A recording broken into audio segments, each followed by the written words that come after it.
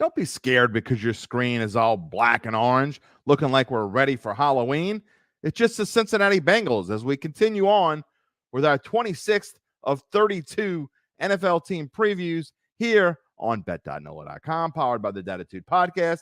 I am Jim Derry, and when we talk about the Cincinnati Bengals, most of you know that we're based out of New Orleans, and there are a lot of local ties between South Louisiana and the Cincinnati Bengals. Who dey? Who dat? Are we going to be partial to these Bengals because they're like our second favorite team? Hell no. But we're going to get started right now.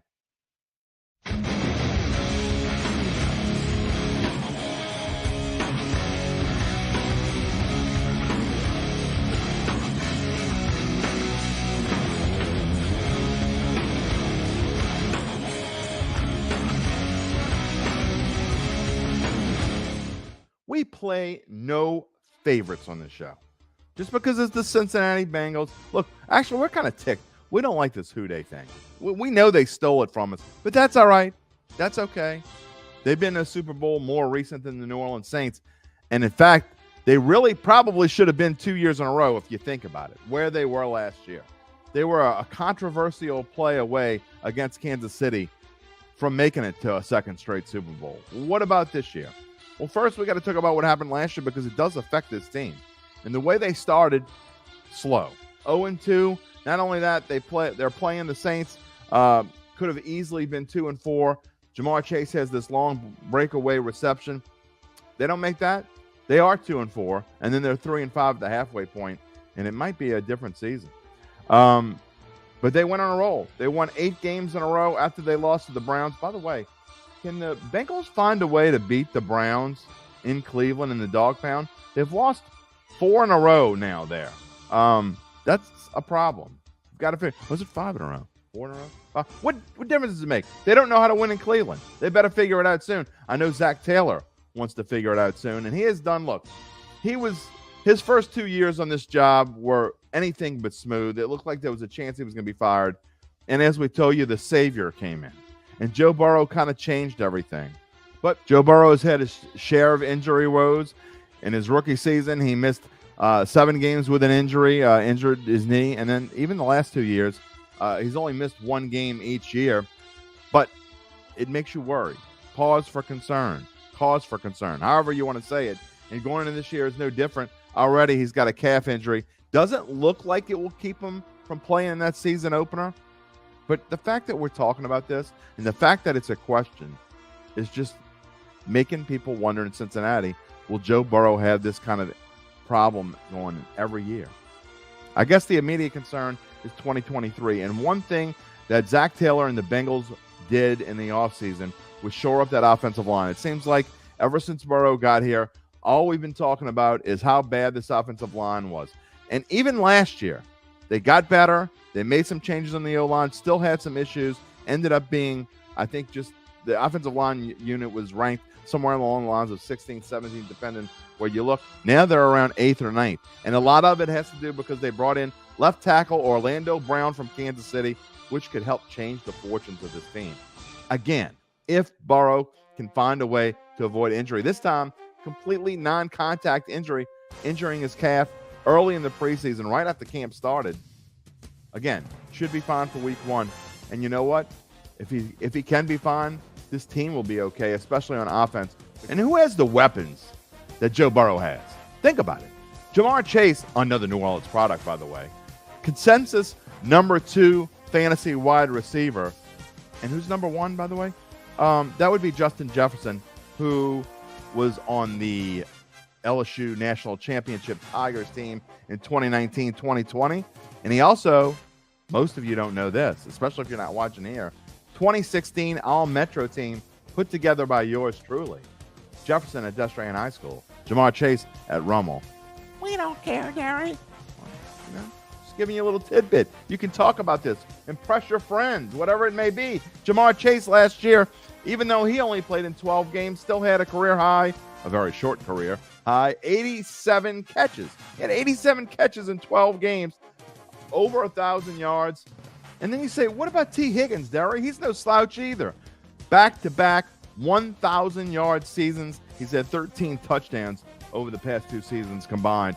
He's obviously a key role, playing a key role for Burrow. And then you go to number 3. Number 3, Tyler Boyd. He could be number 1 for a lot of teams in the NFL, or certainly a number 2. You know, really they have kind of 1, 2A, and 2B. I mean, these Bengals are loaded. And then you even go to tight end. They picked up Irv Smith from Minnesota. By the way, another New Orleans prep product was on that same All-Metro team. Went to Brother Martin High School. Again, just impress your friends. Go ahead. You can do it. So this offense is already in a place where it is set to shine. 5th best passing offense last year. 8th best overall. What about the rushing offense? Again, we've talked about how, you know, why the running backs seem to be undervalued, maybe even underutilized. But the Bengals don't have Samaje Perine this year, so they're counting on Joe Mixon, and they're counting on this Russian offense to be better than 29th. Can they still be a Super Bowl type team if they're not better than 29? Well, they've already proven that they can be that kind of team. But still, between the combination of the 29th ranked Russian offense and where their defense was last year, which was middle of the pack, something's got to get better. So Joe Mixon has got a lot on his plate. He seemed to get better as the season went along, especially towards the end of the season. They'll be counting on him to do it again this year. And on the defensive side of the football, look, what makes me nervous is seeing that 23rd passing rank. That's great that you're 7th against the run, because that means that you're able to stop Lamar Jackson and maybe rein in Deshaun Watson a little bit. Their pass rush was a little bit better last year than it had been the previous season. Trey Hendrickson is a big add for them over the past couple years, but they've just got to be able to rush the quarterback better. And their defensive backfield, to me, that's where it starts. They lose Jesse Bates and they lose Von Bell as well, but they bring in safety Nick Scott from the Rams, 3 years, $12 million deal. Is that going to be enough? Because in the draft, you know, they drafted two defensive backs with their 2nd and 3rd round picks in DJ Turner and Jordan Battle, but those guys aren't even starting. So you have to wonder, and that's one of the things that makes me nervous as we go in to the Bengals and the prediction part of this, because the first thing we do is we look at the schedule. And that schedule starts right off the bat at Cleveland. There was a reason why we told you they've had trouble winning that. And last year, the Bengals, remember they started off 0-2? Could they start 0-2 again this year? At Cleveland, home for Baltimore. 14th toughest schedule here. After that, it does open up a little bit, especially early before getting tough again. Rams at Tennessee, at Arizona, Seattle. They'll be favored in all 4 of those games before their early bye week in week 7. But then, look at this. You want to talk about getting tough for 2 weeks. At San Francisco, home for Buffalo on a Sunday night. And it's a little weird again in the back half of this schedule, or back third of the schedule, I should say. At Jacksonville is tough on a Monday night. Get an easy win against Indianapolis. Home for Minnesota. We're not exactly sure what they're going to be, but that's that back third stretch. At Pittsburgh, I think we all think Pittsburgh's going to be better. At Kansas City, the defending Super Bowl champions. Cleveland, man, brutal. Brutal enough to go to drum roll, please. I mean, why talk anymore? Here it is, 11-6. Again, I'm not ready to tell you my order of the AFC North because I don't want to ruin it for tomorrow. Because tomorrow we will have Cleveland and Pittsburgh, but no bets. And the reason why I say no bets is because the under on Cincinnati is juiced to -140. I don't want to play that, and I'm not wanting to run out and bet. I certainly don't want to bet the over, even if it is maybe a decent value of +110. I am not betting over 11.5. Do that. And finishing, like I said, with 2 out of their last 3 on the road at Pittsburgh, at Kansas City, to me, that is brutal. And then finishing at home at Cleveland, because I do think Cleveland, okay, spoiler alert, I think Cleveland's going to be involved in this mix some kind of way. Could that game be for the AFC North Championship? I certainly think so. We don't have a lot of games as of late, the last few years, where that last game has been meaningful. We've had a lot of duds the last couple of years since we went to the 17-game regular season schedule. I think that Cincinnati-Cleveland game very well could be for the division championship and could be a lot of fun. Speaking of that, we're going to get to Cleveland, and we're going to get to them tomorrow. And then we're going to finish off the AFC North tomorrow afternoon with Pittsburgh.